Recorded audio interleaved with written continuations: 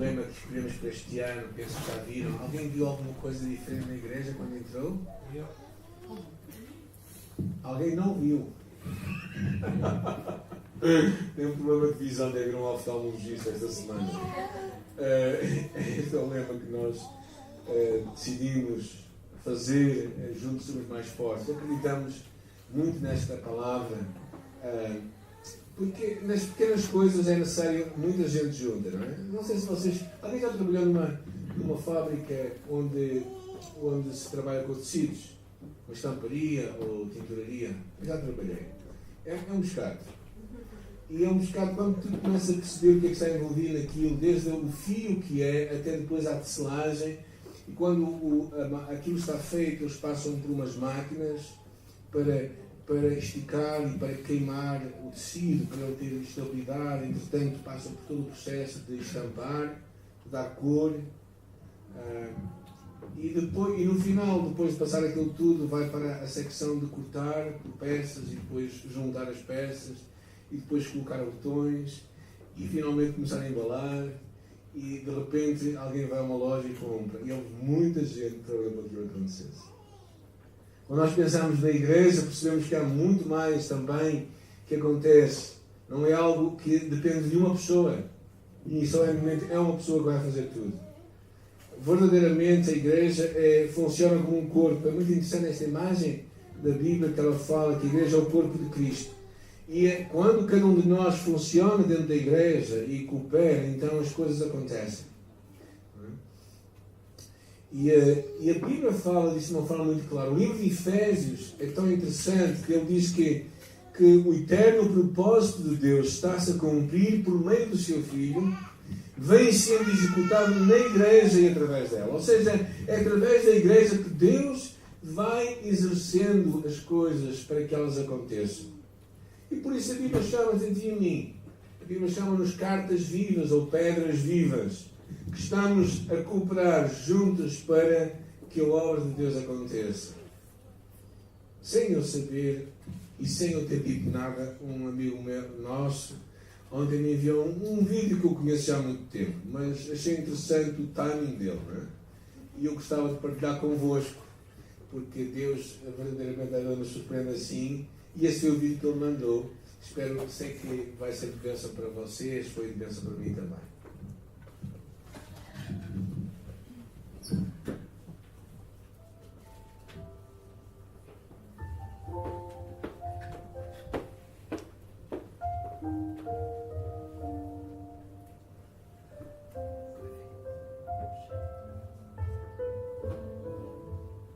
Um antropólogo estava estudando os usos e costumes de uma tribo africana quando, ao final dos trabalhos, propôs uma brincadeira às crianças da região.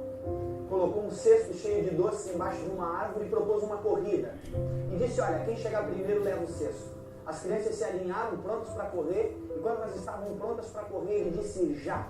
Todas deram as mãos e correram juntas até a árvore, pegaram o cesto juntas e comemoraram juntas. O antropólogo olhou curioso para aquela situação e uma das crianças olhou de volta para ele e disse, Ubuntu, tio. Como uma de nós poderia ficar feliz se todas as outras iriam ficar tristes?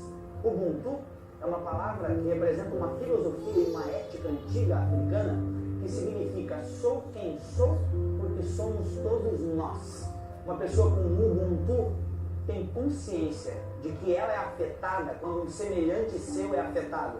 Ela sabe que o mundo não é uma ilha, que ela precisa dos outros para ser ela mesma. O Ubuntu fala de respeito básico pelos outros. O Ubuntu é compaixão, partilha, empatia. O Ubuntu diz que ser humano é ser com os outros e que ser com os outros deve ser tudo. Como Deus é unidade plural, nós seremos mais humanos se formos um com nossos semelhantes. Em outras palavras, gente precisa de gente para ser gente. Na verdade, quanto mais dedicado a outras gentes, mais gente você se tornará. Minha oração é que você faça a partir de hoje mais ou alguma coisa por alguém, hoje, amanhã e sempre. Enxergue o outro, conecte-se com gente, faça alguma coisa por alguém, até porque ninguém é alguém sem um outro alguém. Somos seres únicos, mas fomos feitos para viver coletivamente. Deve ser por isso que na oração que Jesus nos ensina, ele diz que o Pai é nosso. Ele diz que o pão é nosso. Quando pede livramento, ele diz: livra-nos. E diz que venha o teu reino a nós.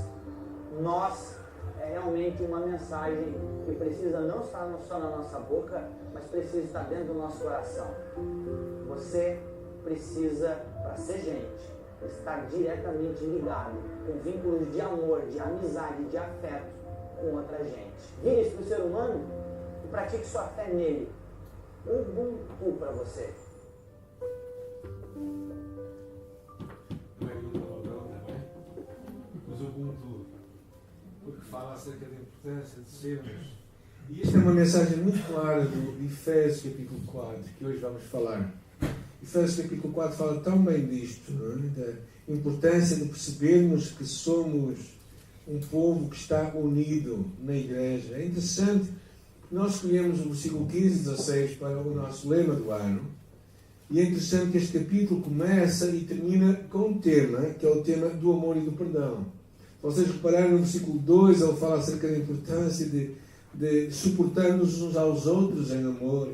E ele termina no final, no versículo 32, diz: sede uns para com os outros, benignos, compassivos, perdoando-vos uns aos outros, como Deus também vos perdoou em Cristo. Ou seja, o que o apóstolo Paulo quer basicamente dizer é que a obra que Deus está a realizar no mundo, Ele vai realizar através de pessoas que acreditam que nós somos chamados a viver unidos no projeto. A ideia plural, da pluralidade de Deus. Achei interessante a expressão de a unidade da pluralidade de Deus, porque Deus é um Deus triuno. Mostra-nos claramente isto. O versículo diz-nos, chama-nos a vivermos para Deus, conforme Ele nos chama. E por isso, quando Ele começa e termina desta forma de amor e de perdão, fala que o mais importante não é tanto o que tu vais fazer, mas quem tu vais ser naquilo que tu fazes. E é isto que às vezes nós perdemos, mesmo na obra missionária. Não é? A importância de nós percebermos que o mais importante não é tanto o que nós vamos fazer, mas quem nós vamos ser. E por isso Paulo decide colocar uma série de qualidades que são importantes para que nós vivamos a chamada de Deus para nós. Versículo 2. A primeira delas é humildade. Ele diz, com toda a humildade. Na cultura grega, a humildade era realmente um defeito, era algo depreciativo, verdadeiramente. Era só manifesto pelos escravos. Só os escravos é que eram pessoas humildes. Mas nós sabemos que no cristianismo é diferente. Humildade é o oposto de orgulho, significa pensar nos outros. Conta-se a história de um rei persa, uma história verídica de um rei persa que foi levado de um lar empobrecido à glória do trono real. E quando ele se tornou rei, ele mandou que os seus servos trouxessem do seu velho barraco as relíquias daqueles dias. Trouxeram fragmentos da sua casa, brinquedos partidos, roupa rasgada, uma bacia de madeira tosca onde ele comia, apetrechos da sua vida na infância. E todos foram arrumados numa divisão especial do palácio. Todos os dias ele gastava 1 hora inteira naquele lugar, entre as memórias do seu triste passado. E na parede se lia assim, caso esqueças. Eu acho que se Deus também nos desse a cada um de nós, a ti e a mim, a oportunidade, e se calhar nós precisamos de fazer, de não nos esquecermos quem nós éramos antes de conhecer a Deus. Para podermos ser pessoas humildes. E perceber que nós somos quem nós somos por causa do que Deus está a fazer em nós. A segunda coisa é mansidão. Mansidão é algo oposto a sermos pessoas rudes, ásperas. É a ideia de termos as nossas emoções debaixo de controle. É alguém que consegue ficar zangado na altura certa e não nos momentos errados. A pessoa mansa é assim. Jesus era manso. E, no entanto, numa dada altura, nós pensamos que ele se passou, mas ele não se passou. Quando verdadeiramente se voltou contra as pessoas que estavam vendendo o tempo. Mas Jesus estava debaixo de tudo, debaixo do seu controle. Mansidão. É que temos as nossas emoções debaixo de controle. Terceira qualidade, Longanimidade. A própria palavra é assim, longanimidade. E vem da ideia de termos um espírito que não desiste quando vêm as dificuldades. Uma outra palavra que às vezes é usada para ela é paciência. A ideia de pessoa que persiste no cumprimento da chamada de Deus, que não desiste fácil. Não desiste fácil. Por isso o apóstolo Paulo acha que o importante naquilo que nós queremos fazer não é tanto o que nós fazemos, mas quem nós somos enquanto fazemos. E ele termina as qualidades, versículo 2, com suportando-nos uns aos outros em amor. Será que tu tens a tendência para ver os defeitos ou as virtudes nos outros? Tendes mais a criticar ou a elogiar? Às vezes a ideia de suportar é interessante. Realmente é uma ideia de suportar, significa suportar. Não com pesar, mas com determinação. Suportar, porque vai haver alturas, Colossenses fala assim, suportai-vos uns aos outros, perdoai-vos mutuamente, como o Senhor vos perdoa, assim também perdoai vós. Suportar é um desejo do nosso coração, uma atitude interior que nós tomamos, uma decisão que tomamos para suportar aquela pessoa. E Paulo avança dizendo que a unidade que está a acontecer, versículo 3, não é algo que nós fazemos, mas ele fala que é algo que já acontece. Ele diz, esforçando-vos por preservar a unidade. Se nós preservamos uma coisa que já temos. E Paulo começa a mostrar o que é que nos une a nós. Quais são as coisas que nos unem? É para sermos o mesmo povo? Temos o mesmo país neste lugar, aqui nesta igreja? Não, definitivamente não. É por termos o mesmo clube? Não. Agora à tarde eu vejo mais virados para um lado, mas de manhã está um bocado do outro lado também. Ou seja, não é isso que nos vai unir. O que é que nos une? Versículo 4, 5 e 6. Primeira coisa, há somente uns ao corpo.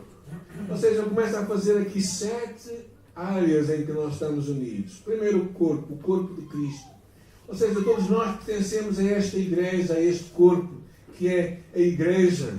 E por isso, nem tu nem eu somos mais corpo do que outros. Depois fala, há um só Espírito. Há pessoas que são tão espirituais que pensam que são mais espirituais do que os outros e deixaram de ser. Porque quando nós nos julgamos mais espirituais do que os outros, aí perdemos a espiritualidade toda, porque há só um Espírito. E depois ele fala, há somente uma esperança. A esperança no nosso futuro com Deus. Há um só Senhor. E isto é uma coisa muito importante, porque ainda que, claro, está-se a referir a Cristo, cabeça da igreja, ainda que desempenhemos papéis diferentes na igreja, até mesmo na liderança, só Cristo é o Senhor da igreja. Não há outro Senhor. Não há o patrão da igreja. Ou seja, nenhum pastor pode alegar para si ser o Senhor. Cristo é o Senhor. Isto, no contexto judeu, tinha muito significado, no contexto romano, porque esta palavra só se usava para César, que era o Senhor. É que está a dizer, só Cristo é o Senhor. Há um só Senhor. Uma só fé. A fé que é exercida em Cristo. Claro que há pessoas que julgam e que têm mais fé do que os outros, mas a essência da fé é a mesma. Por isso é que não é tanto a quantidade de fé que nós temos, mas é o lugar onde nós depositamos esta fé, que é Cristo Jesus. A minha oração pelo Flávio e pelo Marcelo foi mesmo isso. Lembramos que não é tanto o que nós temos, mas é em quem nós estamos, que é Cristo. Depois fala um só batismo. A importância de nós valorizarmos a identificação visível com Cristo, que é o batismo nas águas. Eu acredito que é uma referência a isso mesmo. E finalmente ele termina dizendo, há um só Deus e Pai de todos, o qual é sobre tudo. Ou seja, o que Paulo está aqui a mostrar é que verdadeiramente somos um só corpo, estamos unidos no mesmo propósito. Por isso, a primeira grande ideia que Paulo está aqui a deixar-nos é que tu e eu somos um só. A segunda, que ele começa a falar no versículo 7, é a ideia que Deus nos capacita. Não é? A graça foi dada a cada um de vós. Ou seja, o que está a querer dizer, basicamente, é que Deus nos dá a sua graça, o seu poder, a sua dádiva. E eu acho muito interessante, a graça foi concedida a cada um de nós. Ou seja, não há pessoas com mais graça do que os outros, porque a graça foi concedida. Agora, como nós a recebemos, como nós a usamos, pode ser diferente. Mas a graça de Deus, ou seja, a dádiva de Deus é igual. A generosidade de Deus é igual. É Deus que nos capacita para desempenharmos uma função no corpo de Cristo. Eu estou a passar um pouco rápido isto, que eu quero concentrar nos últimos 2 versículos. Mas acho importante falar disto. A importância de que Deus nos dá esta capacidade, estes dons para o servir. Conta-se a história que vários bispos decidiram fundar uma escola. Reuniram-se e começaram a escolher as disciplinas. O que é que iríamos ensinar na escola dos bispos? Claro que o pássaro insistiu que o voo tinha que estar como uma disciplina. Ou seja, tínhamos que ter uma disciplina de voo. O peixe achou que o nado tinha que ser parte do currículo. O esquilo achou que subir era essencial. Subir uma árvore. O coelho queria que, de qualquer forma, a corrida fizesse parte das disciplinas. Incluíram tudo, mas cometeram um grande erro. Aqui insistiram que todos os bichos praticassem todas as disciplinas. O coelho foi o primeiro. O coelho, que era magnífico na corrida, ninguém corria como ele, mas queriam ensiná-lo a voar. Colocaram-no numa árvore e disseram: voa coelho, voa coelho. Sabe onde é que ele foi parar? Ao tacho de um português, com certeza. Ele quebrou as patas e claramente não voou muito. Não aprendeu a voar e acabou de deixar de correr também. O pássaro que voava como nenhum outro, obrigaram-no a cavar buracos como uma toupeira. Claro que ele quebrou o bico e depois não conseguiu voar também as asas naquela tentativa. Não conseguiu nem voar nem cavar buracos. Qual é o moral da história? É que todos nós somos diferentes. Cada um de nós tem uma coisa boa. Não podemos forçar os outros a serem parecidos connosco. Desta forma acabaremos fazendo com que os outros sofram e no final não serão nem o que nós quereríamos, nem o que eles eram na sua essência. Então o que o apóstolo está a falar é esta graça que vem. A graça que vem na forma de dons e a graça que vem em forma de pessoas. Estas pessoas que ele fala aqui, aquelas quatro tipos de pessoas que ele referencia, os dons fundamentais da igreja, de apóstolos, aquele que verdadeiramente é alguém que leva a mensagem com autoridade, que tem um ministério apostólico para com os outros, que chamam para iniciar novos projetos, os profetas, aqueles que ouvem Deus e que ministram para exortar e edificar, os evangelistas que mostram a palavra de uma forma clara, de forma a levar outros a conhecer a Deus.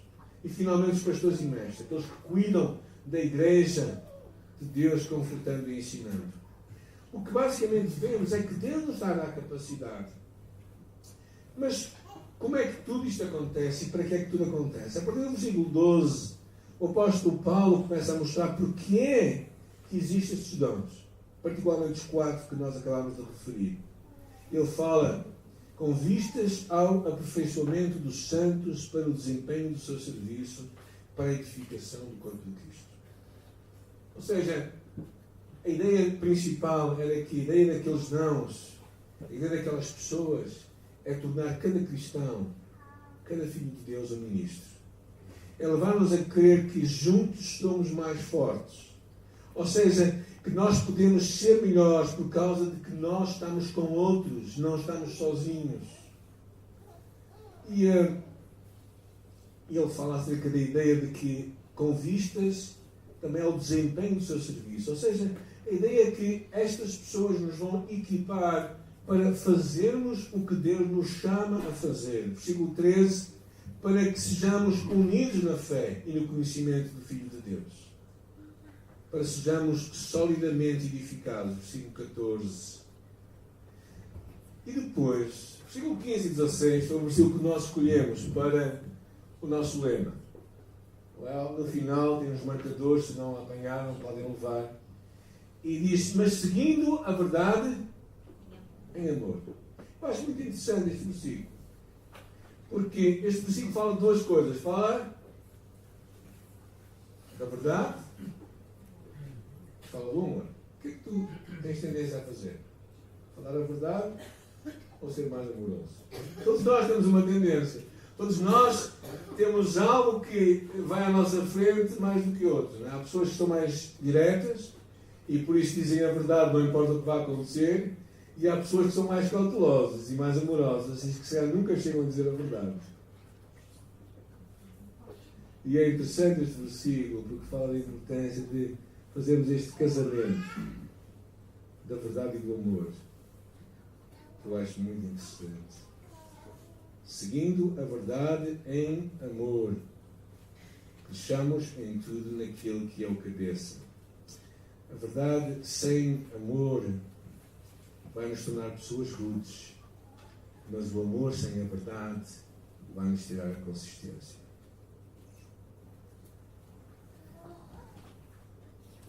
E Paulo usa esta imagem muito interessante. Depois ele diz, de quem todo o corpo bem ajustado. Ele fala do corpo humano.